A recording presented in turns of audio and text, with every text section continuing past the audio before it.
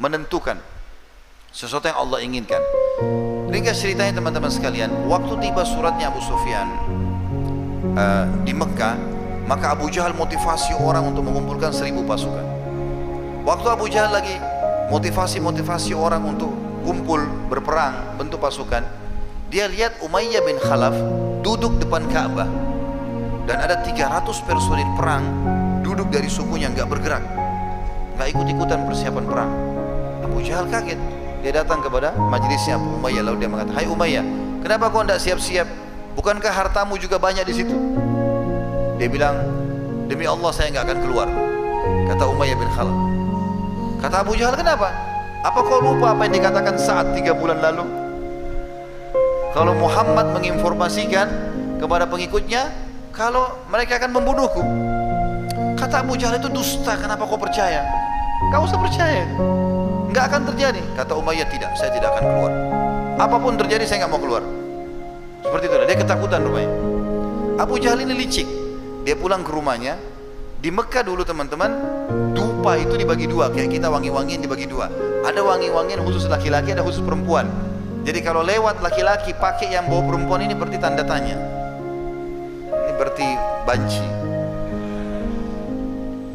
Maka Abu Jahal ambil dupa istrinya. Ini masyhur, kalau ini dupa perempuan, diambil, dibakar sama dia, dibawa ke dekatnya Umayyah. Lalu dia mengatakan, "Tatayyab, ini pakai hai Umayyah." Umayyah cium, bawa perempuan. Kata Umayyah, "Kenapa kau kasih saya ini minyak wangi perempuan?" Dia bilang, "Kau kan perempuan, pengecut, tak mau perang."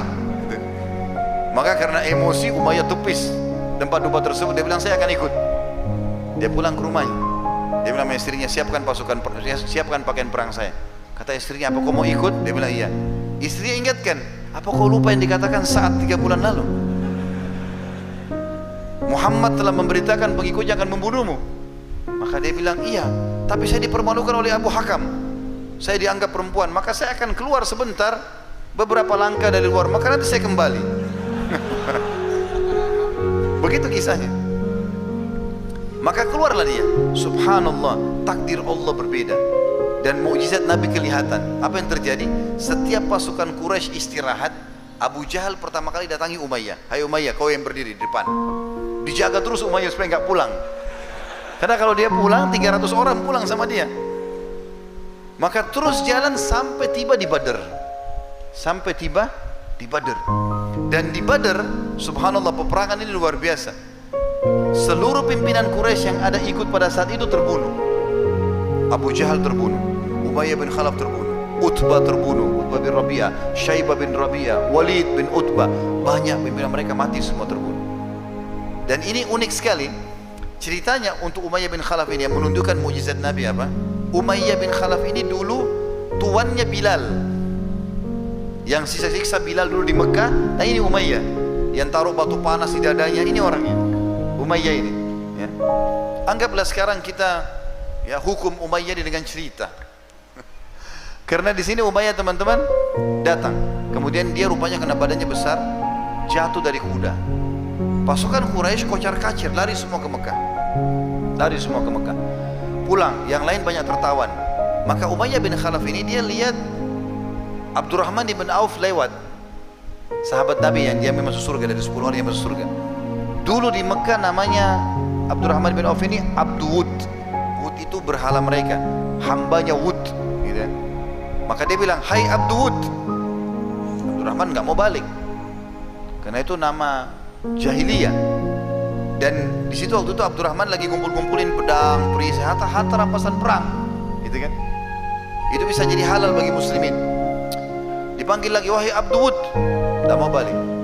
Lalu dia panggil, "Wahai Abdu Ilah," ya, anak hambanya Tuhan. Abdurrahman balik. "Kenapa wahai Umayyah?" Abdurrahman juga pemimpin dulu, ada orang yang dikenal di Quraisy. "Kenapa?" Dia bilang, "Mau nggak kamu dapat lebih baik daripada pedang-pedang dan perisai itu?" Kata dia, "Tentu saja." Artinya sebagai rampasan perang. Kata dia apa? "Tawan saya. Kau tahu kedudukanku di Quraisy. Kau minta apa saja akan dibayar. Tawan saya daripada pedang-pedang itu kau ambil." Abdurrahman berpikir, benar juga nih. Pedang berapa nilainya? Ini manusia besar nilainya nih. Maka sama Abdurrahman dipegang tangannya, mau dibawa ke kemah Nabi SAW dan disampaikan, ya Rasulullah ini tawananku, gitu kan. Belum sampai di kemah Nabi, Bilal lewat. Bilal dulu yang disiksa sama dia. Bilal lewat, Bilal bilang, Umayyah bin Khalaf, Ra'sul kufur, kau ini pemimpinnya orang kafir, demi Allah kalau bukan kau mati, saya mati. Kata Abdurrahman, Bilal, tawananku, jangan ganggu, gitu kan. Kata dia, tidak bisa demi Allah, harus mati. Abdurrahman selalu tahan, jangan, ini tawanan saya.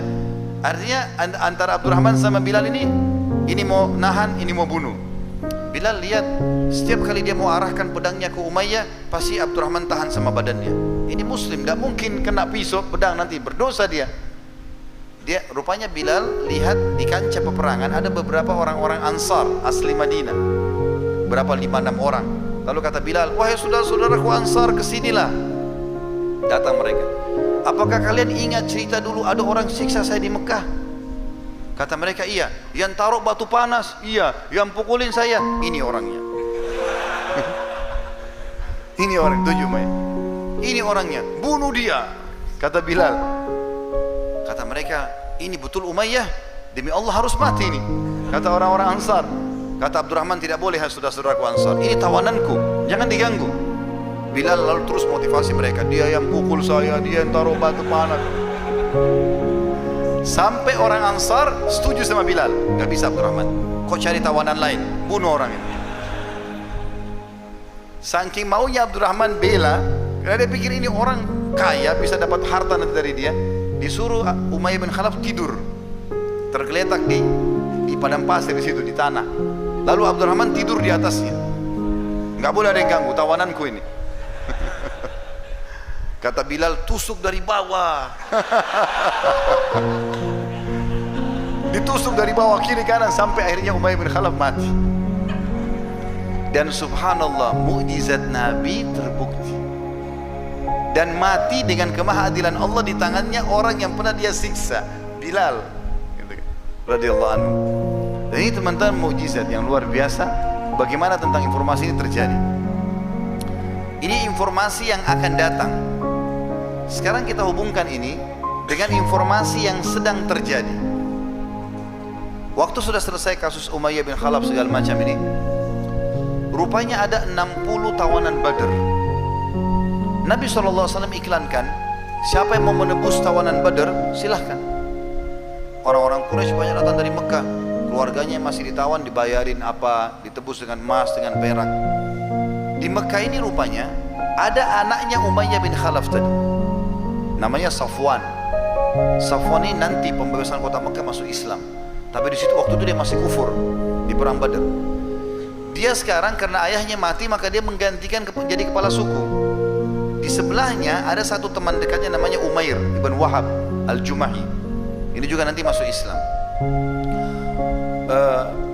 Safwan ini ayahnya mati terbunuh. Umair ibn Wahab Jumahi ini anaknya tertawan. 2 orang bersahabat dulu depan Ka'bah. Lalu kemudian mereka saling ngobrol satu sama yang lain. Kata Umair, kata Safwan, sungguh tidak ada lagi nikmatnya hidup ya. Setelah orang-orang Quraisy banyak terbunuh, kita dipermalukan di Badar, 300 orang mengalahkan 1000 orang, harta-harta kita banyak direbut, gitu kan. Ayah saya pun terbunuh, anakmu tertawan. Maka kata Umair, demi Allah, andai saja ada yang siap menanggung utangku dan juga ya menanggung istri anakku, maka aku akan ke Madinah sambil dihunuskan pedangnya untuk membunuh Muhammad. Kata Safwan, kalau begitu anggap sekarang utangmu lunas, saya akan tanggung. Istri anakmu saya akan tanggung. Pergilah ke Madinah, bunuh Muhammad. Kata Umair, baiklah. Pergilah Umair ke Madinah. Di Madinah ini teman-teman, tawanan-tawanan Badar yang 60 orang lagi diikatin di tiang-tiang. Ada keluarganya datang mau tebus. Ya. Maka datanglah Umair ini. Tapi dia punya, zaman dulu ada tradisi juga ya, kalau orang taruh pedang di pinggang kanan atau pinggang kiri, ini cuma bisa model atau mungkin dia bersiap-siap saja kalau ada peperangan. Tapi kalau orang mau membunuh, itu dia ikat di dadahnya, pedangnya di sebelah kanan. pundaknya, dia tinggal tarik. Itu tradisi orang Arab dulu. Umair ini datang, dia gantung pedang, diikat di dadanya. Dia lupa itu. Maka dia turun dari kudanya, dia datang pakai kuda. Umar melihatnya, lalu Umar mengatakan, aku mengetahui niat buruknya Umair karena pedangnya. Aku pun mengikutinya, tapi tiba-tiba dia sudah ada di hadapan Nabi SAW.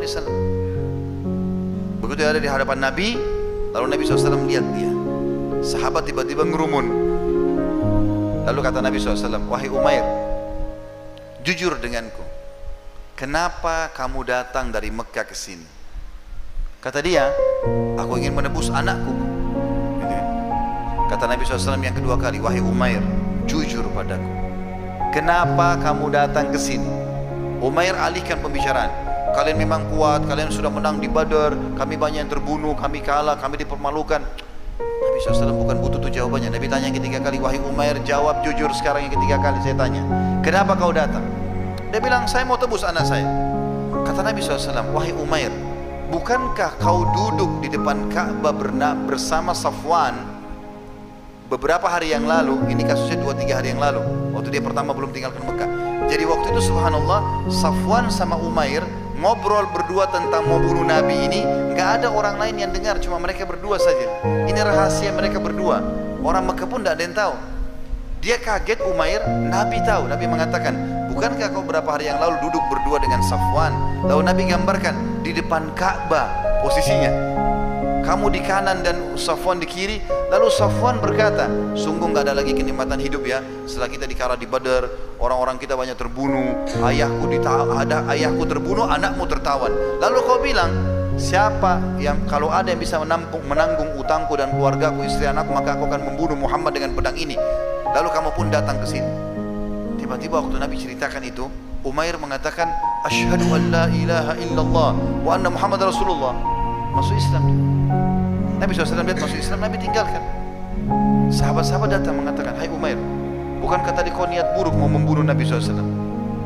Buktinya kau taruh pedang di sini. Dia bilang, iya benar. Lalu kenapa kau tiba-tiba syahadat? Dia bilang, demi Allah, saya bicara sama Safwan berdua depan Ka'bah, itu nggak ada yang tahu kalau saya mau membunuh ini.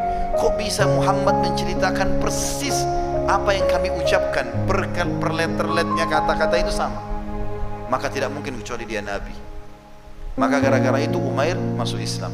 Jadi tadi kasus kisah matinya Umayyah bin Khalaf, informasi yang akan terjadi dan sudah terjadi. Sementara kisah Umair bin Wahab adalah kisah yang langsung terjadi pada saat itu. Safwan di Mekah, tentu sudah selesai tadi kisah itu, tapi Safwan di Mekah ini nunggu. Setiap ada orang datang dari Madinah, ada berita apa dari Madinah, dia mau tahu Nabi Muhammad SAW sudah dibunuh belum gitu. Mereka bilang Quraisy kalah, saya juga tahu. Ayahmu mati, saya juga tahu itu. Ada informasi lain? Tidak ada. Sampai 3 hari kemudian Umair datang. Umair datang wajahnya beda, senyum-senyum gitu. Lalu kemudian Safwan bilang, hai Umair, wajahmu tidak seperti waktu kau pergi. Waktu pergi emosional, marah, sekarang senyum-senyum. Apa berhasil misimu? Dia bilang, hai Safwan, bertakwalah kepada Allah, asyhadu an la ilaha illallah wa anna Muhammad Rasulullah. Safwan bilang, ada apa kamu ini? Kok tiba-tiba berubah? Dia ceritakanlah semua kisahnya itu. Makanya Safwan meninggalkan, dia tidak jadi atau diputus hubungan sahabatan antara dia dengan Umair. Umair lalu ke Madinah dan tinggal bersama Nabi SAW. Tapi ini contoh informasi yang sedang terjadi teman-teman sekalian ya. Informasi yang sedang terjadi. Dan ini informasi, dan saya sengaja milih kisah ini karena menurut saya mungkin orang jarang membacanya. Tentu banyak kisah-kisah informasi yang lain ya, seperti misalnya kisah informasi Mujahid itu tentang umat sebelum kita, itu juga informasi. Dan sudah sering kita dengar kisah para nabi-nabi, ada surah Yusuf, surah Ibrahim, surah Yunus gitu kan. Informasi yang sedang terjadi juga banyak. Nabi SAW informasikan tentang akan menang di Khaybar, akan menang di sini, akan menang di Badar, itu ada. Tapi informasi seperti ini masih jarang orang baca, padahal ini dalam riwayat Sahih, riwayat Bukhari. Begitu juga dengan informasi akan datang, kita sudah tahu tentang tanda-tanda hari kiamat, gitu kan?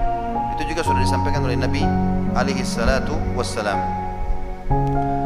Kisah yang lain juga yang unik teman-teman tentang masalah informasi ini adalah kisah Nabi SAW di perang Khaybar. Saya cukupkan dengan contoh 3 ini saja. Kisah tadi terbunuhnya Umayyah bin Khalaf, kisah masuk Islamnya Umair bin Wahab al-Jumahi, dan juga kisah Yahudi ini. Waktu Nabi SAW menyerang Khaybar di tahun 7 Hijriah, setelah kesepakatan Hudaybiyah, Nabi SAW menang waktu itu. Setelah menang sekian puluh hari mengepung benteng Khaybar, 9 benteng Yahudi semua ditaklukkan oleh Nabi SAW. Maka orang-orang Yahudi menyerahkan diri. Mereka sekarang jadi tawanan perang, jadi budaknya kaum muslimin. Seluruh harta mereka jadi harta muslimin, karena mereka diajak masuk Islam tidak mau, diajak bayar upeti nggak mau. Maka terjadi peperangan dan mereka kalah. Pada saat itu orang-orang Yahudi membuatkan masakan untuk Nabi SAW dengan alasan, datanglah seorang pimpinan yang mengatakan, kami mengaku kalah hai Muhammad, dan sebagai bentuk ketundukan kami akan memberikan kepada anda dan pasukan anda makanan. Kata Nabi SAW, lakukanlah, masaklah mereka. Ternyata ada satu wanita di situ yang memang sudah diatur dengan pendeta-pendeta Yahudi untuk meracuni makanan Nabi SAW. Dan mereka tahu betul Nabi SAW sangat gemar dengan paha kambing. Maka nampan yang pertama, ya, yang paling depan, yang diangkat oleh orang Yahudi banyak ini, karena ini ada 1.400 pasukan muslim, itu dibawa sekian ratus nampan, gitu kan. Yang paling depan itu ada paha kambing, yang lain tidak ada paha kambing, dan itu yang diracuni oleh orang-orang Yahudi. Para sahabat itu lihat nampan ini datang, roti gandum banyak, mewah, ada makanannya pakai za'faran, bumbu-bumbu banyak. Mereka lihat paha kambing, Nabi paling gemar, antar ke Nabi dulu. Diantarlah ke Nabi, sampai semua nampan itu ditaruh, pasukan semua muslimin duduk mau makan, mereka tunggu Nabi SAW makan. Nabi mulailah dengan mencuil sedikit makanan tersebut, kemudian memasukkan ke mulut beliau. Begitu masuk ke mulut beliau, sahabat ini kebetulan sudah 3 hari kelaparan. Mereka lihat makanan, mereka pun makan. Baru saja mereka cuil makanan tersebut mau masuk ke mulutnya, kata Nabi SAW dalam hadis Bukhari, kuffu aidiyakum, tahan tangan kalian. Ada sahabat yang mengatakan, ya Rasulullah, lapar 3 hari nggak makan. Kata Nabi SAW, kuffu aidiyakum, tahan tangan kalian, jangan ada yang makan nih. Sahabat bingung, kenapa kok begitu? Ada satu sahabat kebetulan sempat mengunyah waktu Nabi bilang tahan, disuruh tahan tangan, sudah di mulutnya, maka dia makan. Nanti sahabat ini mati syahid karena dia kena racun itu. Dan Nabi SAW juga sendiri mengatakan, aku terus merasakan, ya, kerasnya racun itu di jantungku, ya, sampai aku menjelang meninggal dunia, ya, sakit keras untuk meninggal dunia, atau pada saat akan meninggal dunia. Ibnu Qayyim pun mengatakan Nabi SAW mendapatkan kemuliaan sebagai seorang nabi, ya, dan sebagai orang yang mati syahid karena salah satu sebabnya adalah racun tersebut. Ini pendapat Ibnu Qayyim rahimahullah, tidak semua ulama mengatakan. Yang jelas teman-teman sekalian, kata Nabi SAW kepada para sahabat, panggil semua pendeta dan pemimpin Yahudi di Khaybar ini, panggil semua, duduklah mereka di hadapan Nabi SAW. Kata Nabi SAW kalimat mulia, ditanya orang-orang Yahudi ini, ya ma'asyaral Yahud, a'antum musaddiqi in sa'altukum an syai'. Hai Yahudi, jujur gak kalau saya tanya sesuatu? Kata orang-orang Yahudi, tentu saja kami akan jujur, gitu kan. Maka Nabi SAW tanya 3 pertanyaan, dan Nabi sudah tahu Yahudi ini suka bohong. Maka kata Nabi SAW, man jaddukum, siapa nama kakek kalian? Kenapa Nabi tanya ini? Ternyata 2 suku Yahudi di Khaybar, yaitu suku Qainuqa dan Nadhir. 2 suku ini itu kakek mereka 1 orang, tapi kakek mereka ini terkenal pengecut, badannya kecil, orangnya bodoh, tapi karena sudah terlanjur jadi pemimpin, mereka nggak mau menisbatkan nama mereka ke orang itu. Maka mereka cari 1 orang Yahudi yang dikenal, fisiknya kuat, pemberani, lalu dikatakan itu kakeknya. Jadi mereka ubah jalur nasab mereka ke sini. Anak turunannya nggak tahu, dan ini dosa besar, mengubah nasab. Walaupun orang tua kita non muslim, kita tidak boleh hapus namanya dia kan. Ringkas cerita, Nabi SAW tahu nama kakek mereka, wahyu menyampaikan. Kata Nabi SAW, siapa kakek kalian? Mereka bilang, kakek kami Fulan bin Fulan, ya, nama palsu tadi itu. Maka kata Nabi SAW, kalian telah dusta di depan orang semua ini. Nabi bongkar mereka, kalian telah dusta, tapi kakek kalian Fulan bin Fulan, kalian tidak mau kasih nama ke dia karena dia adalah orang yang begini dan begitu. Orang Yahudi terdiam. Nabi tanya lagi, ya ma'syaral Yahud, yang kedua kali, antum musaddiqin sa'altukum an syai', jujur gak kalau saya tanya lagi nih? Kata orang-orang Yahudi apa? Tentu saja. Kalau kami dusta, maka pasti Allah akan beritahukan kepadamu sebagaimana Allah beritahukan siapa kakek kami. Berarti orang Yahudi tahu kalau Nabi ini Nabi. Mereka bilang begitu, ini hadis sahih riwayat Bukhari. Mereka bilang kalau seandainya kami dusta dalam pertanyaan yang kedua ini, maka pasti ya Allah akan berbongkar kepadamu sebagaimana Allah beritahukan siapa kakek kami. Kata Nabi SAW, man ashabun nar, siapa penghuni neraka? Maka apa kata Yahudi? Kami masuk duluan, lalu digantikan oleh kalian muslimin. Jadi mereka ngaku penghuni neraka. Kata Nabi SAW, kalian dusta. Kami tidak akan pernah menggantikan kalian. Kalian masuk neraka kekal nanti. Kami tidak akan gantikan kalian. Lalu Nabi tanya yang ketiga lagi. Ya ma'syaral Yahud, antum musaddiqin sa'altukum an syai'. Hai Yahudi, jujur gak kalau saya tanya lagi nih? Kata mereka iya. Kata Nabi SAW, apakah kalian letakkan racun di makanan ini? Kalau dari awal Nabi tanya, mereka bohong. Jadi Nabi sudah jebak mereka di dua pertanyaan, dusta dua-duanya. Maka mereka bilang, iya, kami udah kasih racun. Kata Nabi SAW, kenapa? Kata Yahudi apa? Ini dia, perhatikan kata-katanya. Mereka mengatakan, kami ingin membuktikan apakah kau Nabi atau bukan. Kalau kau Nabi pasti kau tahu ada racunnya. Sekarang Nabi sudah tahu nggak? Sudah tahu. Berarti Nabi betul Nabi kan? Dan kalau kau hanya raja yang ingin merebut kekuasaan kami, maka kau akan mati dengan racun itu. Nabi SAW diam saja. Kata mereka apa? Tapi Muhammad, siapa yang memberitahukan kepadamu? Maka Nabi SAW mengangkat paha kambing itu sambil mengatakan, akhbarani hadzal dhira', yang memberitahukan saya tentang ada racun kambing yang sudah kalian masak ini. Jadi ternyata subhanallah, kambing yang sudah jadi daging, sudah dibumbuin, itu bisa ngomong sama Nabi, saya dirasuni. Ini contohnya juga mirip dengan ada batu yang mengucapkan salam kepada Nabi SAW di Mekah, dan banyak contoh-contoh yang lain nanti akan kita jelaskan insya Allah. Dan ini tentang mujizat yang pertama, informasi dari Nabi SAW. Tapi perlu kita garis bawahi teman-teman, ada hal yang penting di sini yang saya ingin diberatkan. Semua yang Nabi SAW miliki adalah mujizat dari Allah yang maha perkasa dan maha kuat, dan bukan berarti beliau SAW mengetahui hal yang gaib dengan sendirinya. Ini perlu digarisbawahi. Allah menyebutkan dalam Al-Quran surah Jin, surah nomor 72 ayat 26, A'udzu billahi minasyaitonir rajim, alimul ghaibi fala yuzhiru ala ghaibihi ahada. Dialah Allah Tuhan yang mengetahui semua yang gaib, dan dia tidak memperlihatkan kepada seorang pun tentang gaib itu. Bahkan Nabi Muhammad SAW seringkali kalau ada sahabat yang bertanya wahyu, hukum, kalau wahyu belum turun beliau diam, nunggu dulu wahyu datang baru beliau sampaikan sallallahu alaihi wasallam. Jadi Nabi sendiri tidak tahu hal gaib. Dalam ayat lain surah Al-An'am surah nomor 6 ayat 59 Allah berfirman, A'udzu billahi minasyaitonir rajim, wa indahu mafatihul ghaibi la ya'lamuha illa hu wa ya'lamu ma fil barri wal bahr wa ma tasqutu min waraqatin illa ya'lamuha wa la habatin fi dhulumatil ardi wa la ratbin wa la yabisin illa fi kitabim mubin. Dan di sisi Allah lah kunci-kunci semua yang gaib.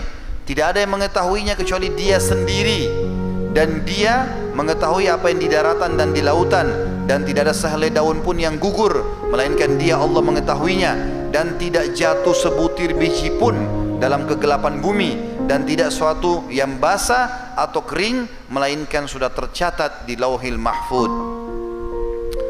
Juga dalam surah Al-An'am surah nomor 6 ayat 5 ayat 50 Allah berfirman, A'udzu billahi minasyaitonir rajim, Qul la aqulu lakum indi khaza'inullahi wa la a'lamul ghaiba wa la aqulu lakum inni malak in attabi'u illa ma yuha ilayya qul hal yastawil a'ma wal basir afala tatafakkarun. Katakanlah hai Muhammad kepada umatmu, aku tidak mengatakan kepada kalian bahwa perbendaharaan Allah ada padaku. Aku enggak tahu apa-apa nih ya. Dan tidak pula aku mengetahui yang gaib, dan tidak pula aku mengatakan kepada kalian bahwa aku seorang malaikat. Aku tidak mengikuti kecuali apa yang diwahyukan kepadaku. Katakanlah, apakah sama orang yang buta dan melihat, dan apakah sama orang yang maka apakah kamu tidak memikirkannya? Artinya sama enggak orang yang belajar dengan tidak belajar? Dalam surah Al-A'raf surah nomor 7 ayat 188 Allah juga berfirman, A'udzu billahi minasyaitonir rajim, Qul la amliku li nafsi naf'an wa la darra illa ma syaa Allah. qul la amliku li nafsi naf'an wala darran illa ma syaa Allah walau kuntu a'lamul ghaiba lastakthartu minal khairi wa ma massani as-su in ana illa nadhirun basyirun liqaumin yu'minun. Katakanlah hai Muhammad kepada umatmu, aku tidak berkuasa menarik kemudaratan bagi diriku dan tidak pula menolak aku tidak bisa menarik manfaat untuk diriku, kemanfaatan, dan tidak bisa menolak kemudaratan kecuali yang dikehendaki Allah.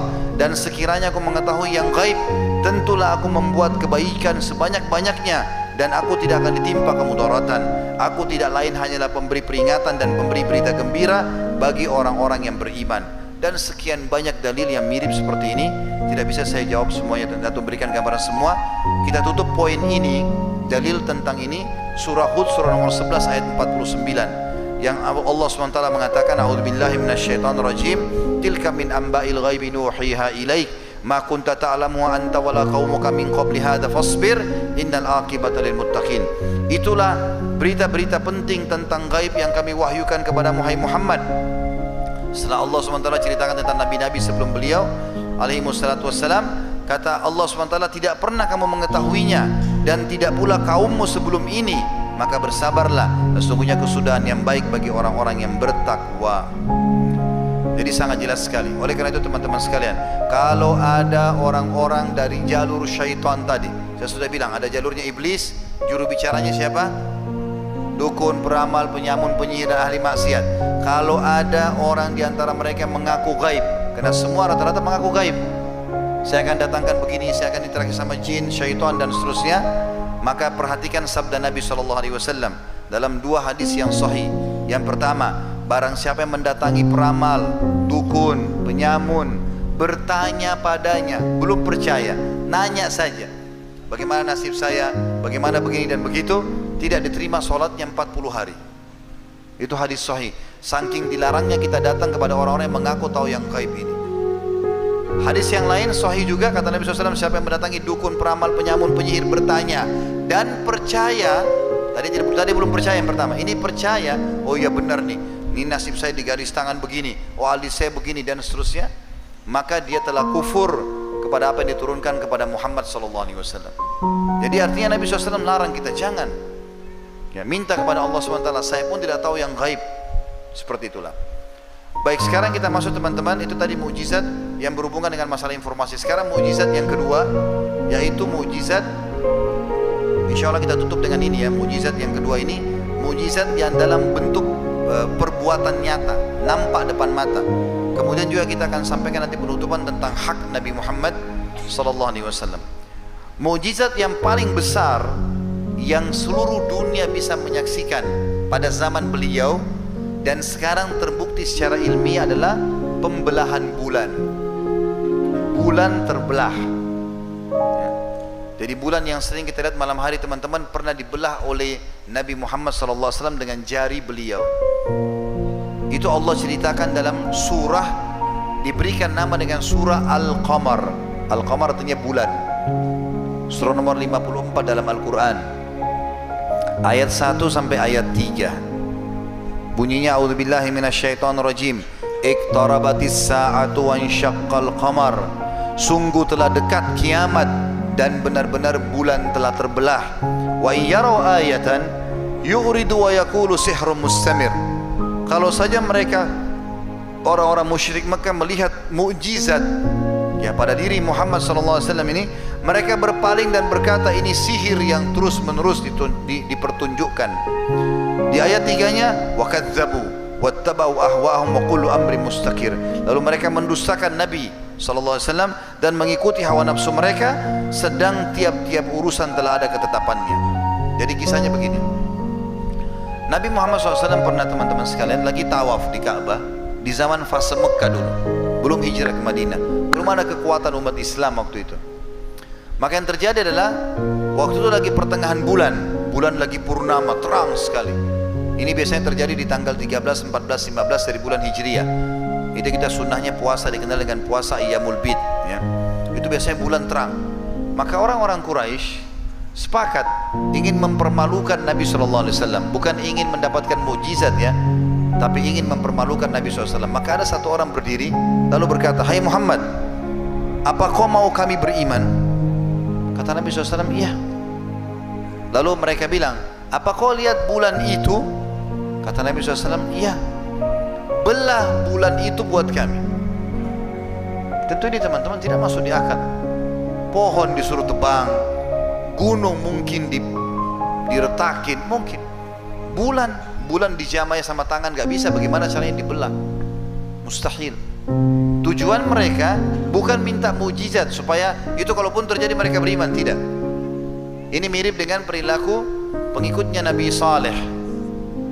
Ya.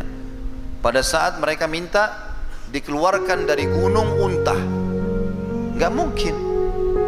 Tapi Nabi Saleh bilang, kalau saya minta sama Allah apa yang kalian minta itu betul-betul dari gunung batu ini keluar unta betina, plus lagi unta itu harus bisa berikan susu seluruh negeri pada saat itu, apakah kalian akan beriman? Kata mereka, tentu saja.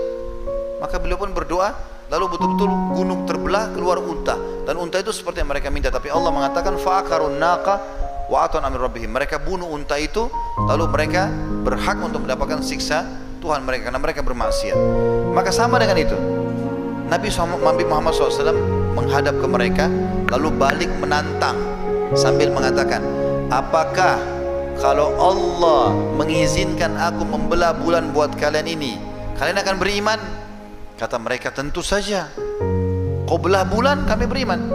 Maka kata para sahabat, diantaranya riwayat Sahih riwayat Bukhari, Abdullah bin Mas'ud berkata, kami telah menyaksikan bulan di Mekah terbelah menjadi dua bahagian sebelum hijrah Nabi SAW ke Madinah. Sebelah bulan di Bukit Abi Kubais, sebelah bulan potongannya di Bukit Abi Kubais, sebelah lagi di Gunung Aswaida. Jadi Ka'bah itu dihimpit dua gunung besar. Jadi bulan terbelah dua menjadi dua. Riwayat lain mengatakan Nabi SAW menggaris bulan dengan jari beliau, maka terbelahlah bulan menjadi dua. Jadi bukan cuma sekedar retak kemudian kelihatan dari jauh, bisa orang lihat sebagian enggak, terbelah dua lalu berpisah, satu di gunung sini, satu di gunung sini. Waktu orang Quraisy lihat ini teman-teman, apakah mereka beriman? Jawabannya tidak. Tadi Allah ceritakan dalam surah Al-Qamar ayat 2-nya, pada saat orang-orang musyrik Mekah melihat mukjizat itu, mereka berpaling lalu mereka mengatakan sihir terus menerus. Artinya mereka bilang, dalam riwayat sahih mereka mengatakan, sungguh sihirnya Muhammad tambah hebat, bisa belah bulan. Untuk membuktikan kalau ini sihir, kita tanyakan kepada orang-orang Quraisy yang masih ada di luar Mekah yang akan datang dari perniagaan. Setiap datang kita tanya, kalau memang mereka lihat juga bulan di sana terbelah, berarti betul mukjizat. Tapi kalau mereka tidak lihat, berarti Muhammad sihir mata kita nih. Subhanallah. Beberapa hari kemudian datang kafilah dagang Quraisy, lalu orang-orang Quraisy semua berkerumun bertanya, apakah kalian lihat terjadi sesuatu pada bulan berapa hari yang lalu? Semuanya mengatakan, iya, kami melihat bulan terbelah. Semuanya. Apa yang terjadi? Apakah mereka beriman? Tidak juga. Mereka mengatakan, sungguh sihir Muhammad menguasai dunia. Tetap sihir, padahal sudah jelas. Dan subhanallah, saya pernah punya di laptop saya, cuma sekarang sudah terhapus fotonya. Mungkin teman-teman bisa ketik di Google, tinggal foto bulan ya terbelah, atau ada judul bulan terbelah. Jadi saya punya fotonya, dan ada secara ilmiah diambil dari satelit. Itu ternyata di tengah-tengah bulan ditemukan oleh para ilmuwan ada garis, itu seperti retakan, yang benda pernah retak terbagi dua lalu tersatukan lagi. Dan itu secara ilmiah mereka mengatakan ini menandakan bulan pernah terbelah dua, tapi entah kapan, kata orang-orang non muslim, para peneliti. Yang jelas ini pernah terjadi, dan bukan mustahil bulan bisa terbelah lagi yang kedua kalinya. Kita umat Islam turun surah nomor 54 Al-Qamar. Hadis Bukhari menjelaskan ternyata itu dibelah oleh jari Nabi SAW. Ini mujizat luar biasa. Yang kedua, kuasa Nabi SAW terhadap awan ya. Jadi pernah satu kali dalam hadis Bukhari juga, Nabi SAW lagi khutbah Jumat. Lagi khutbah Jumat, kita tahu kalau khutbah Jumat teman-teman laki-laki tahu, lagi hening, orang lagi dengar, ada juga sebagian yang tidur ya.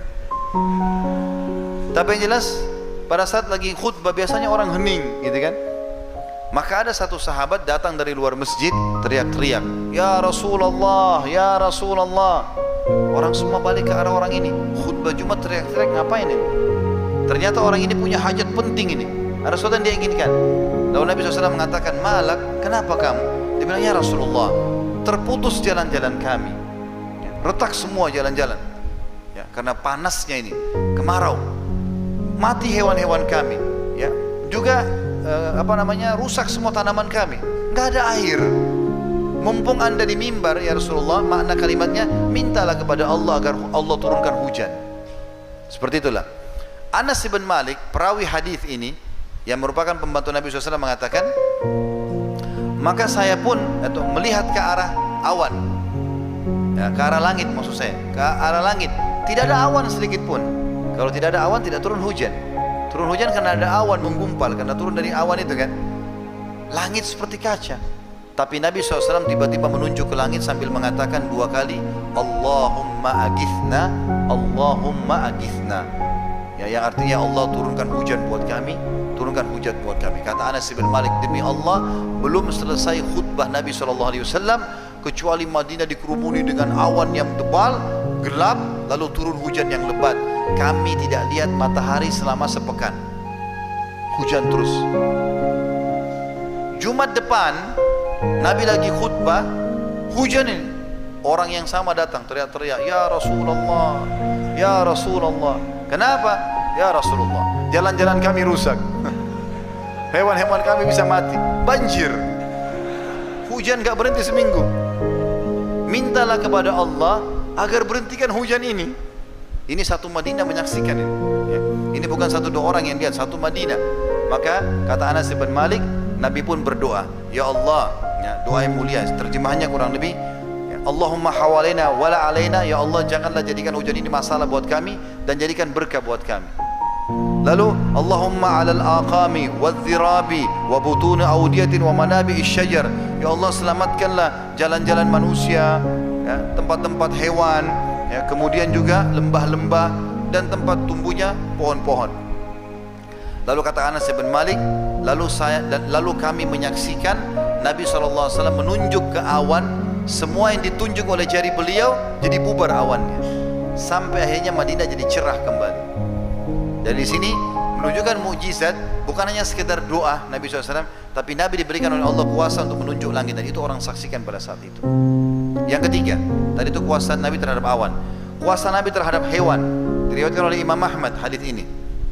Ada yang menghasankan riwayat ini, bahwasanya Jabir bin Abdullah berkata radhiyallahu anhu, pernah satu kali kami pulang dari satu perjalanan dengan Nabi SAW, lalu kami melewati suku Najjar. Suku Najjar ini kebetulan tinggal pas di pintu gerbangnya Madinah. Lalu kemudian ada unta jantan yang sedang mengamuk. Jadi unta ini teman-teman kalau ngamuk dia bisa menggigit, dia bisa menendang, gitu kan? Dan sudah sekali dilunakkan. Maka Jabir berkata, ya Rasulullah, hati-hatilah, di depan anda ada unta yang mengamuk. Maka Nabi SAW dekati unta itu dengan unta beliau, sambil beliau mengatakan, ta'al, kesinilah. Yang unik, orang semua saksikan pada saat itu, unta yang lagi teriak-teriak, mengamuk, mau gigit orang, nyerang orang, tiba-tiba lihat ke arah Nabi, diam, lalu menurunkan kepalanya ke tanah dan menyeret kepalanya di tanah. Jadi sebagai bentuk kerendahan terhadap Nabi, dia jalan sampai di dekatnya Nabi. Jadi bukan cuma sekedar jalan biasa, sebagai bentuk ketundukan dia turunkan kepalanya lalu diseret sampai depan Nabi SAW. Lalu Nabi mengatakan, mana tali kekangannya? Dikasih. Lalu kemudian diikatlah oleh Nabi SAW. Lalu beliau bersabda sabda yang mulia. Beliau mengatakan, tidak ada sesuatu pun di langit maupun di bumi kecuali mengetahui aku adalah utusan Allah. Semua tahu, kecuali pembangkang dari golongan jin dan manusia. Jadi air, batu, hewan, tumbuhan semua tahu kata Rasulullah sallallahu alaihi wasallam. Cuma pembangkang dari jin dan manusia saja. Dan ini kuasa Nabi sallallahu alaihi wasallam terhadap ya hewan.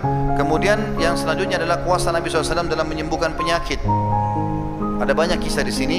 Di antaranya kisah Abu Rafi', ya, seorang pendeta Yahudi yang banyak menyakiti Nabi SAW. Orang ini selalu, dia tidak serang Nabi langsung dengan pasukan, tapi dia buat masalah. Setiap ada suku Arab yang siap menyerang Madinah, dia biayai. Setiap ada penyair yang mau menjelek-jelekin Nabi atau Islam, dibayar. Setiap ada perempuan pelacur, naudzubillah, atau penari yang mau menjelekkan Islam, dikasih uang. Ini Abu Rafi' ini. Nabi SAW terganggu. Nabi bilang kepada para sahabat di masjid, siapa yang bisa membunuh Abu Rafi' ini? Ada satu sahabat namanya Abdullah bin Abi Atiq radhiyallahu anhu. Ini adalah sahabat Nabi yang mulia. Dalam riwayat Bukhari kata, dalam Fathul Bari kata Ibnu Hajar, cirinya Abdullah bin Atiq ini matanya tidak terlalu terang. Zaman sekarang kan ada kacamata untuk menerang, zaman dulu nggak ada, dia agak rabun. Tapi orangnya pemberani. Dia mengatakan, saya Rasulullah. Kata Nabi SAW, pergilah. Pergilah dia. Diajak teman-temannya. Bagaimana caranya Nabi serahkan, terserah. Pergilah dia ke benteng Abu Rafi'. Abu Rafi' ini teman-teman adalah orang yang selalu dijaga, diawasi oleh prajurit-prajuritnya di benteng. Waktu tiba di bentengnya, para sahabat Abdullah bin Abi Atiq dengan teman-temannya ini lihat benteng itu punya satu pintu gerbang dan dijaga oleh banyak penjaga, dan pintunya selalu ditutup. Bagaimana caranya kita masuk nih? Kata mereka, kita lihat saja dulu keadaan. Subhanallah, dengan hikmah Allah terjadi pada saat itu, teman-temannya Abdullah bin Abi Atiq, ada beberapa orang sahabat bilang, kita istirahat aja malam ini, besok kita lihat keadaan, mungkin besok pagi dibuka pintu benteng, kita bisa nyelonok masuk, mungkin bisa begitu, menyelip masuk maksud saya. Kemudian kata Abdullah, baiklah kalian tidur, saya mau lihat dulu. Abdullah tinggal sendirian. Dengan hikmah Allah malam itu terjadi sesuatu. Rupanya untanya Abu Rafi' yang merupakan rajanya Yahudi pada saat itu, pendeta mereka, itu hilang. Maka satu benteng itu keluar membantu mencari. Dibukalah pintu gerbang benteng, lalu penjaganya mengatakan, cepatlah supaya jangan orang menyelinap masuk. Kata Abdullah, saya lihat itu kesempatan, saya pun menyelip masuk bersama orang-orang. Setelah itu mereka tutup pintu gerbang, lalu mereka istirahat. Saya sempat sembunyi di sebuah kandang keledai ada di situ. Waktu mereka sudah tidur, saya pun bangun, lalu saya dengar, lihat mana rumahnya Abu Rafi'. Ada satu tempat, dia bilang kayak di lantai 2, itu kelihatannya ada lampu, masih ada lilin. Kalau zaman dulu ada sumbu, kemudian dipakai minyak, ya benang atau apa itu dipakai minyak untuk jadi penerang. Itu ada penerangan di sebuah rumah yang besar, lalu ada suara Abu Rafi' gitu. Berarti ini rumahnya dia bilang. Tapi dia bilang banyak sekali orang. Saya tunggu sampai semuanya orang-orang di sekitarnya sudah keluar semua. Mereka tinggal di sebelah rumah Abu Rafi'. Maka saya pun akhirnya naik ke atas. Lalu saya menutup semua pintu-pintu rumah di sekitar Abu Rafi'. Lalu saya pun masuk, membuka pintu sambil saya mengatakan, wahai Abu Rafi'. Abu Rafi' kenal suara teman-temannya. Suara ini asing dan gelap sekali. Kata Abdullah, gelap, saya nggak bisa lihat apa-apa, apalagi matanya rabun. Dia mengatakan, lalu Abu Rafi' mengatakan, siapa kamu? Dia bilang, begitu saya dengar ada suara dari satu arah, saya ke sana, saya hantamkan pedang saya. Kenalah dia, ada suara teriakan dari Abu Rafi'. Lalu saya segera kembali ke pintu, karena masih ada cahaya di langit yang bisa saya pakai sebagai penerang. Di dalam ruang itu gelap sekali. Ternyata Abu Rafi' cuma kesakitan, luka, belum sempat mati gitu. Maka kata Abdullah, saya ubah suara saya sampai saya mengatakan, ada apa wahai Abu Rafi', ada apa? Abu Rafi' karena sudah kesakitan, dia mengatakan, ada orang yang berusaha bunuh saya. Kata Abdullah, saya dengar suara di satu arah, saya ke sana, saya pukulin lagi pedang saya. Lalu saya kembali lagi ke pintu, ternyata belum mati. Abu Rafi' belum mati. Lalu dia bilang, saya ubah suara saya yang ketiga kali, wahai Abu Rafi', ada apa? Kenapa kamu? Dia bilang, ada orang yang membunuh saya. Maka dia bilang, saya datang ke suara tersebut, lalu saya meraba sampai saya memegang kepalanya dan saya tekankan pedang saya di dadanya sampai saya pastikan suara tulang belakangnya. Kata Abdullah, maka Abu Rafi' tertusuk mati. Dia bilang, saya lari keluar, lalu saya buru-buru turun, karena ini di lantai 2. Saya turun, dia bilang, saking buru-burunya sampai saya tidak lagi melihat anak tangga dan saya jatuh sehingga tulang betis saya, tulang kering saya patah. Kata Abdullah, saya pun membuka imamah, lalu saya mengikat kaki saya, lalu kemudian saya jalan dengan satu kaki, saya keluar dari benteng, lalu saya bertemu dengan teman-teman saya. Saya bangunkan mereka bilang, ada berita apa? Kata Abdullah, Allah sudah bunuh musuhnya Allah. Kata mereka, bagus sekali, bagaimana ceritanya? Diceritakan lagi saya. Lalu para teman-temannya bilang, kalau gitu kita pulang beritakan kepada Nabi SAW. Kata Abdullah, kalian pulang, saya mau tunggu, saya mau pastikan dulu sudah mati atau belum. Keesokan paginya, pada saat sudah terbit matahari, biasanya tradisi orang Yahudi kalau ada yang mati, mereka naik di keempat sudut bentengnya lalu mengiklankan fulan telah mati, ya, dan seterusnya. Apalagi kalau pemimpin mereka. Maka setelah terbit matahari, Abdullah bin Abi Atiq pada saat itu sudah selesai sholat subuh, dia tunggu, dia dengar itu Abu Rafi telah mati dan seterusnya. Siapa yang punya masalah dengan dia, ada utang, kembalilah kepada keluarganya. Maka Abdullah pun pulang. Tiba di Madinah, dia sampaikan kepada Nabi SAW, ya Rasulullah, tugas saya sudah selesai. Kata Nabi SAW, bagus sekali. Tapi Abdullah bilang, tapi ya Rasulullah, kaki saya patah. Saya begini ceritanya, naik tangga, turun, dan akhirnya kaki saya patah ini. Kata Nabi SAW, ulurkan kakimu. Diulurkan kakinya, lalu Nabi SAW meludahi, ya, kaki Abdullah bin Abi Atiq. Kata Abdullah, demi Allah begitu ludah Nabi SAW kena ke betisku, ke tulangku, maka tiba-tiba aku bisa meloncat kembali, ya. Tapi ini ludahnya Nabi Muhammad Sallallahu Alaihi Wasallam. Jangan bawa-bawa ke antum, ya. Di dalam hadis Bukhari yang lain, Abu Qatadah radhiyallahu anhu, sahabat Nabi ini, di salah satu peperangan pernah ada anak panah musuh nyasar, kena bola matanya Abu Qatadah. Ini kisah lain, ya. Jadi anak panah itu kena, lalu bola matanya dia keluar. Tinggal sedikit saja ada kulit yang menahannya. Anak panah itu masih tertahan. Jadi matanya rusak total ini. Abu Qatadah ini orangnya tampan, ya. Beberapa sahabat Nabi lewat, lihat, hai Abu Qatadah, matamu sudah rusak ini. Kami putusin aja, buang aja, nggak ada gunanya. Dia bilang, tunggu dulu sebentar, bawa saya ke Rasulullah SAW. Jangan buru-buru dulu. Maka dibawalah Abu Qatadah ini, dibawa pergi ke Nabi SAW. Dari jauh Nabi lihat, Nabi senyum. Dalam kondisi matanya Abu Qatadah keluar, Nabi senyum. Rupanya Nabi sudah dapat wahyu, ini Abu Qatadah ada yang dia mau minta nih.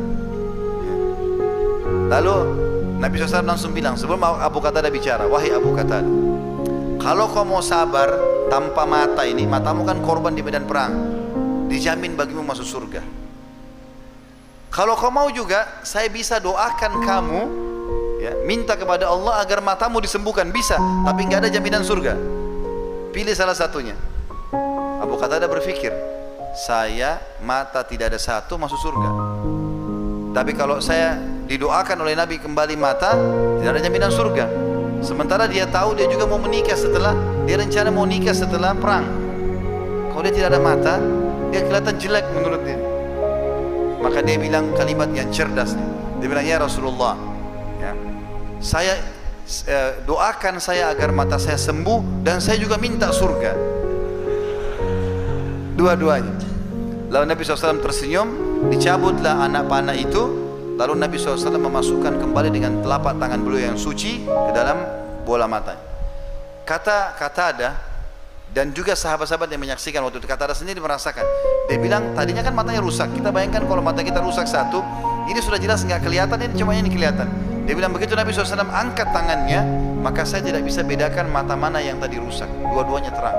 Kata para sahabat, kami nggak bisa bedakan, yang menyaksikan itu, mana mata Qatadah yang rusak tadi, karena semuanya utuh kembali, termasuk kulit-kulitnya, tidak ada bekas sama sekali. Dan itu menandakan mukjizat Nabi SAW dalam mengobati penyakit. Dan banyak sekali sahabat yang menghadapi seperti ini tentunya. Kemudian ada juga kuasa Nabi SAW terhadap pohon, teman-teman sekalian. Dan ini disebutkan dalam hadis Bukhari Muslim, bahwasanya Nabi SAW seringkali kalau khutbah di zaman dulu, di mihrab beliau seperti ini, di depan sekali itu tempat beliau selalu sholat dijadikan sebagai sutrahnya itu, atau tempat beliau sholat di belakangnya, ya, itu batang pohon kurma sudah ditebang atasnya, ditebang akarnya, lalu ditancapin. Zaman dulu memang orang buat begitu. Jadi pohon kurma ditebang atas, tebang akar, ditancapin berdekatan jadi tembok gitu. Ada satu batang pohon besar. Nabi SAW kalau sholat menghadap situ, ya. Kalau khutbah Jumat, belum ada mimbar waktu itu. Nabi SAW kalau khutbah beliau berdiri di membelakangi pohon itu. Kalau capek beliau sandar di situ. Atau lagi ceramah, lagi diskusi sama sahabat begitu. Maka satu waktu ada satu sahabiat Nabi perempuan dalam hadis sahih ini mengatakan, ya Rasulullah, saya lihat anda kerepotan dengan cara seperti ini. Bagaimana kalau saya punya bapak pegawai, bisa ahli kayu, dia bisa buat mimbar. Saya buatin anda mimbar. Kata Nabi SAW, buat aja. Rupanya dibuat mimbar tersebut. Tiba hari Jumat, mimbarnya selesai. Mimbar Nabi SAW itu 3 anak tangga. Dikasihlah kepada Nabi SAW. Nabi waktu mau khutbah Jumat, keluar dari rumahnya masuk ke masjid, lihat sudah ada mimbar. Maka beliau pun naik di atas mimbar itu. Naik di atas mimbar itu.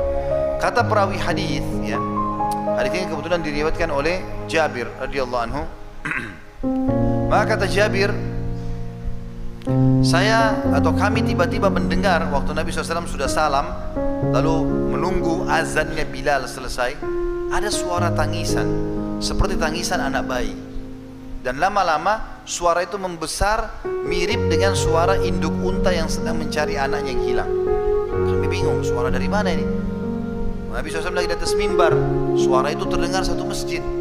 Maka kami menyaksikan Nabi SAW turun dari mimbarnya, kemudian mendatangi batang pohon yang ada di depan mihrab beliau, lalu memeluknya seperti memeluk anak kecil, sambil berkata, demi Allah kalau aku tidak memeluknya, maka dia akan menangis sampai hari kiamat.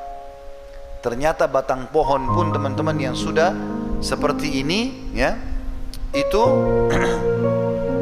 bisa mengenal Nabi SAW. Padahal di mata kita sudah mati pohon itu, karena sudah ditebas, tebang atasnya, tebang akarnya gitu ya. Juga ada kuasa Nabi SAW terhadap air. Jabir bin Abdullah menceritakan dalam hadis Bukhari, itu bahwasanya di kesepakatan Hudaybiyah pernah kami berangkat 1.400 orang menuju ke Mekah ingin umrah, tapi ditahan oleh Quraisy. Di sana kami kehabisan air. Waktu kami ingin, atau Nabi SAW minta air, ingin pulang ke Madinah, seember air untuk wudu, maka didatangkanlah ember air tersebut. Lalu kemudian seluruh sahabat ada di sebelah Nabi SAW. Maka Nabi SAW tanya, kenapa kalian ini? Kata para sahabat, ya Rasulullah, kami tidak punya air kecuali yang di ember anda ini. Tinggal ini saja yang di ember anda ini. Kalau anda selesai wudu, kami akan berebut nih, karena nggak ada air lagi. Maka kata Jabir, aku pun melihat atau kami menyaksikan Nabi SAW memasukkan telapak tangannya yang mulia dalam ember tersebut, lalu mengalir air dari jari-jari beliau. Sampai seorang pepatah muslim, seorang penyair muslim mengatakan, kalau Nuh bisa dengan doanya meminta hujan turun dari langit dan keluar air dari bumi, maka engkau hai Rasulullah bisa mengeluarkan air dari telapak tanganmu. Dan akhirnya kata Jabir, kami pun semuanya mengisi kendi-kendi air kami semuanya berwudu. Setelah selesai itu, baru Nabi SAW angkat tangannya dan ember air tadi tetap penuh dengan air. Dan itu teman-teman, ini berita-berita seperti ini banyak sekali ya. Pernah contohnya juga seorang Ansar menggali sumur di Madinah. Begitu dia gali, lama sekali dia gali sumur tersebut. Setiap gali airnya asin. Dia pindah lagi ke lokasi lain, gali lagi airnya asin. Sampai 3-4 kali gali sumur, airnya asin semua. Terfikirlah di benak dia, datang kepada Nabi SAW mengatakan, ya Rasulullah, bisa lihat gak? Saya setiap gali sumur selalu asin airnya. Maka Nabi SAW datang. Begitu Nabi SAW datang, Nabi berdoa, lalu Nabi meludah di sumur itu. Tiba-tiba airnya asin berubah jadi tawar. Tapi ingat, ini ludahnya siapa? Nabi SAW. Kita sedang bicara mukjizat Nabi, jangan ngarang-ngarang ya. Karena sahabat pun tidak pernah ada yang lakukan seperti itu setelahnya. Nggak ada riwayat Abu Bakar pernah meludah di sumur lalu jadi asin jadi tawar, atau Umar, atau Ali, atau Utsman radhiyallahu anhu, tidak pernah. Maka hati-hati, jangan sampai kesalahan di sini terjadi. Maka Nabi SAW akhirnya karena berita ini Nabi SAW lakukan, maka tersebar.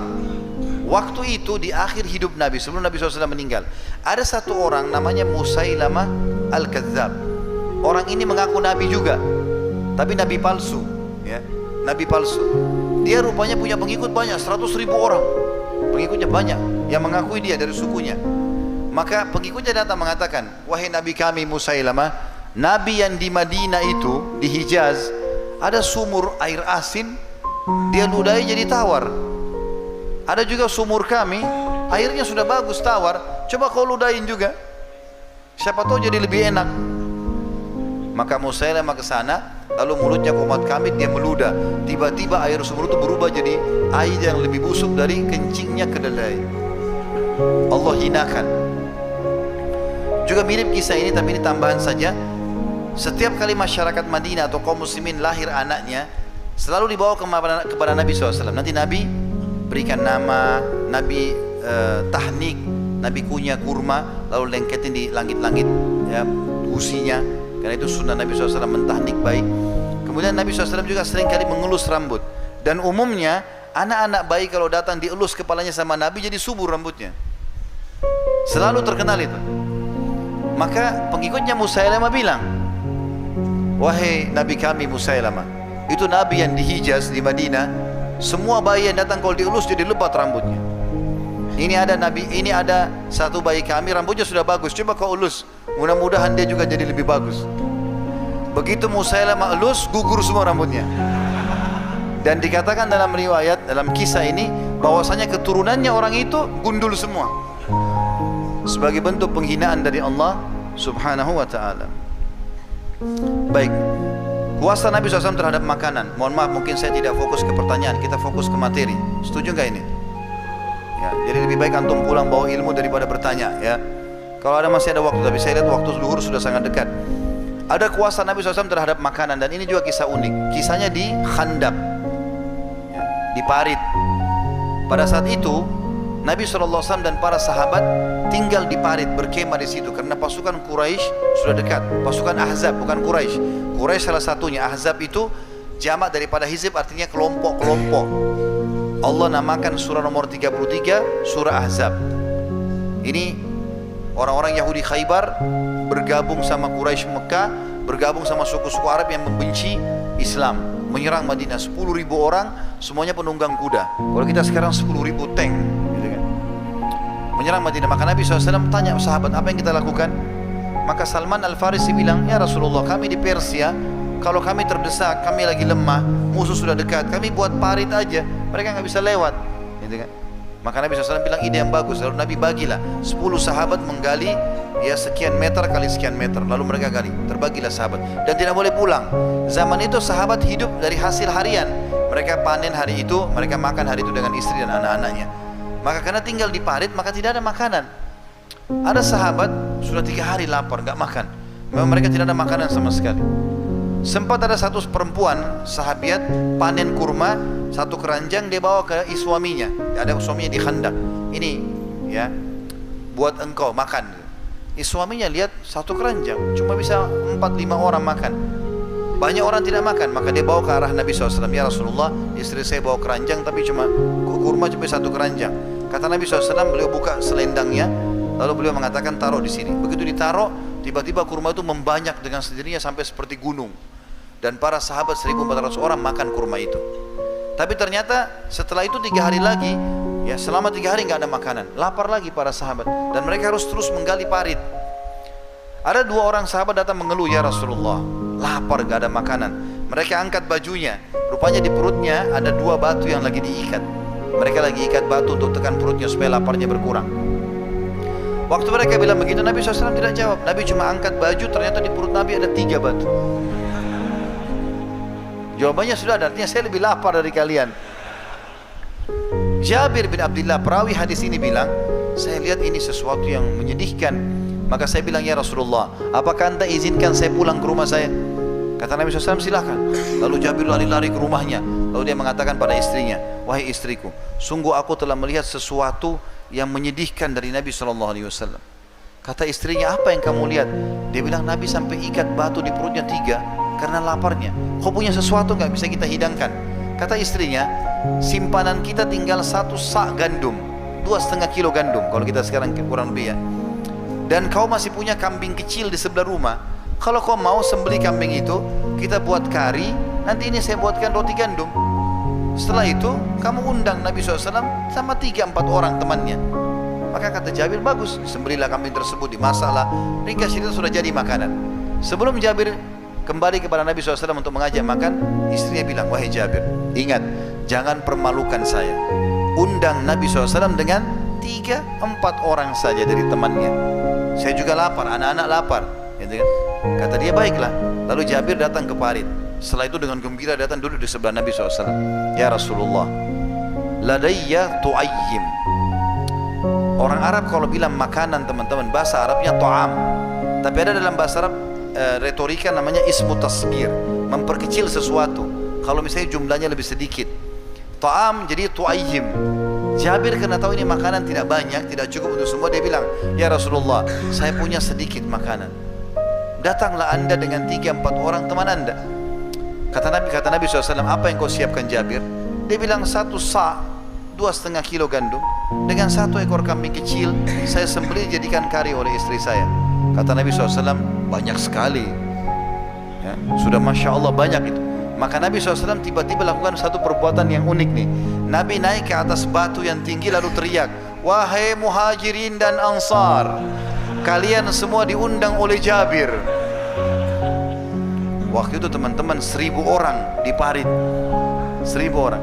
Antum bayangkan kalau antum di posisi Jabir nih, rumahnya Jabir cuma 4 kali 4 meter ya, makanannya cuma sedikit, 1.000 orang mau datang yang belum makan 3 hari. Kata Jabir, ya Rasulullah, seluruh muhajirin dan ansar. Kata Nabi SAW, iya, pulanglah ke rumahmu, jangan sentuh makanan itu sampai saya datang. Jabir pontang-panting lari pulang ke rumah. Sampai di rumah dia bilang sama istrinya, kita sudah dipermalukan. Kata istrinya, kenapa? Rasulullah SAW akan datang dengan muhajirin dan ansar, 1.000 orang. Kata istrinya, kan saya sudah pesan Nabi sama 3-4 orang. Dia bilang sudah, tapi Nabi yang iklanin. Tapi istrinya cerdas, istrinya bilang gini, adakah pesannya Nabi? Kata dia, ada. Apa pesannya? Katanya saya disuruh pulang, jangan sentuh makanan sampai beliau datang. Kata istrinya, jangan sentuh, ikuti saja. Sampai Nabi datang, 1.000 orang di belakang Nabi. Banyak ya, 1.000 orang. Satu masjid begini barangkali ya. Maka pada saat datang semuanya, Nabi SAW suruh tunggu sahabat. Lalu Nabi SAW masuk dalam rumah. Nabi bilang, mana makananmu? Dilihat, diberikan, ini pancinya yang masak kari. Nabi sentuh, Nabi doakan. Lalu Nabi bilang sama istrinya Jabir, panggil khabbaza. Khabbaza itu istilah bagi perempuan pembuat roti. Kalau mau buat 1.000 roti, 2.000 roti. Kata istri Jabir, ya Rasulullah, 1 sa' sedikit, biar saya yang buat. Kata Nabi, tidak, panggil khabbaza, panggil pembuat roti yang banyak. Dipanggil semua orang Madinah, wanita-wanita yang pintar masak buat roti, datang berapa orang. Lalu Nabi SAW bilang, nanti kamu tarik adonan itu, kasih ke Jabir. Jabir panasin di api supaya jadi roti gandum. Lalu Nabi SAW yang sendokkan karinya, taruh di piring, nanti ditaruh. Suruh Jabir masuk 10 orang. Masuk 10 orang. 10 orang ini teman-teman makan sampai kenyang. Mau tambah dikasih lagi, mau tambah dikasih lagi. Setelah kenyang keluar, masuk 10 orang lagi yang kedua. Begitu terus sampai 1.000 orang itu selesai. Apa kata Jabir? Demi Allah, kari kami tidak berkurang dan adonan roti kami setiap kali disobek keluar lagi, setiap disobek keluar lagi. 1.000 orang makan semua. Dan setelah itu Nabi SAW masih bersabda lagi, wahai Jabir, makanlah kau dan istrimu juga anakmu, dan bagikan untuk seluruh penduduk Madinah yang belum dapat bagian, karena mereka telah tertimpa kelaparan.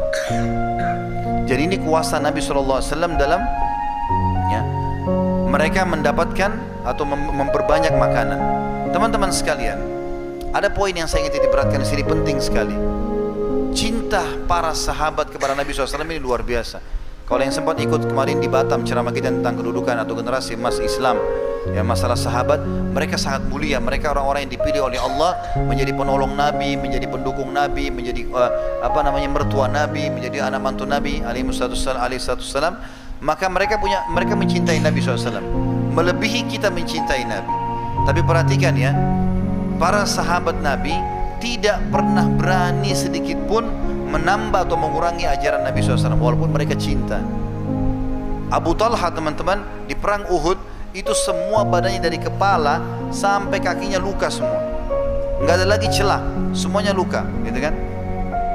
Maka Abu Talha ini berkata, demi Allah, ya, pada saat itu banyak anak panah terarahkan kepada Nabi SAW. Abu Talha memasang dadanya sambil mengatakan, ya Rasulullah, demi Allah saya tidak akan mengizinkan satupun mengenai anda selama saya masih ada. Cinta luar biasa. Sa'ad ibn Rabi pada saat sedang sakarat ya di perang Uhud, 70 sobekan luka di dadanya ya. Kemudian dia mengatakan pada saat Nabi SAW bilang cari Sa'ad. Akhirnya Nabi SAW mengatakan cari Sa'ad. Dicarilah Sa'ad ibn ya, Rabi ini radhiyallahu anhu. Begitu ditemukan oleh sahabat yang mencari, kata sahabat ini mengatakan, hai Sa'ad. Dia kebetulan lagi nafasnya sudah terengah-engah, sudah mau meninggal dan darah banyak di dadanya. Maka kata sahabat yang mencarinya, wahai Sa'ad, Rasulullah SAW mencarimu. dan menitip pesan untuk menitip salam padamu. Maka kata Sa'ad, sungguh ya, sampaikan pesanku kepada Nabi SAW kalau aku memang ya akan menghadapi kematian, dan sampaikan salamku kepada beliau dan katakan ya, semoga Allah membalasmu kebaikan ya atas apa yang kau berikan kepada umat ini. Lalu dia bilang, sampaikan juga pesanku kepada seluruh kaumku dari Ansar ya, tidak ada uzur bagi mereka untuk tidak mendukung Nabi SAW. Maka meninggallah Sa'ad dalam keadaan ya, seperti dalam keadaan tadi. Para sahabat teman-teman berlomba-lomba untuk menaungi Nabi SAW kalau jalan dengan pelapa-pelapa kurma. Mereka selalu mendahulukan minum, mereka selalu mendahulukan apa saja untuk Nabi SAW. Tapi semua kemuliaan itu ya dikemas oleh para sahabat dengan mengikuti Nabi SAW, mencontohi apa yang beliau ajarkan dan meninggalkan apa yang tidak dicontohkan atau dilarang oleh Nabi SAW. Baik, izinkan saya teman-teman sekalian menyampaikan tentang masalah penutupannya ya, hak-hak Nabi SAW. Ini sedikit saja. Yang pertama, hak Nabi yang pertama adalah kerasulannya kepada seluruh manusia dan jin. Dan ini harus kita akui sebagaimana sudah saya jelaskan tadi di awal. Dalilnya surah Al-A'raf surah nomor 7 ayat 158 yang bunyinya a'udzubillahi minasyaitonirrajim, qul ya ayuhan nas inni rasulullah ilaikum jami'a. Al-ayat. Hai sekalian manusia, aku adalah utusan Allah buat kalian semua. Juga kata Nabi SAW, aku diutus untuk seluruh golongan merah, jin dari api, dan seluruh golongan manusia atau golongan hitam, maksudnya manusia yang dari tanah liat. Yang kedua, kita harus mencintai dan memuliakan beliau dan melebihkan beliau dari diri kita sendiri. Sebagaimana Umar bin Khattab mengatakan, ya Rasulullah, aku mencintai anda dari segalanya kecuali diriku. Hartaku, keluargaku, semua aku siap korbankan kalau anda minta. Tapi aku masih cinta diriku ya Rasulullah. Kata Nabi SAW, tidak bisa hai Umar, sampai kau mencintai aku melebihi dirimu sendiri. Biar kau suka, kalau aku larang tinggalkan. Maka Umar pun diam sejenak lalu mengatakan setelah itu, sekarang ya Rasulullah, aku mencintai anda melampaui diriku sendiri. Maka kata Nabi SAW, sekarang hai Umar. Juga yang selanjutnya teman-teman sekalian, yang ketiga, membenarkan dan mengikuti semua ajaran beliau.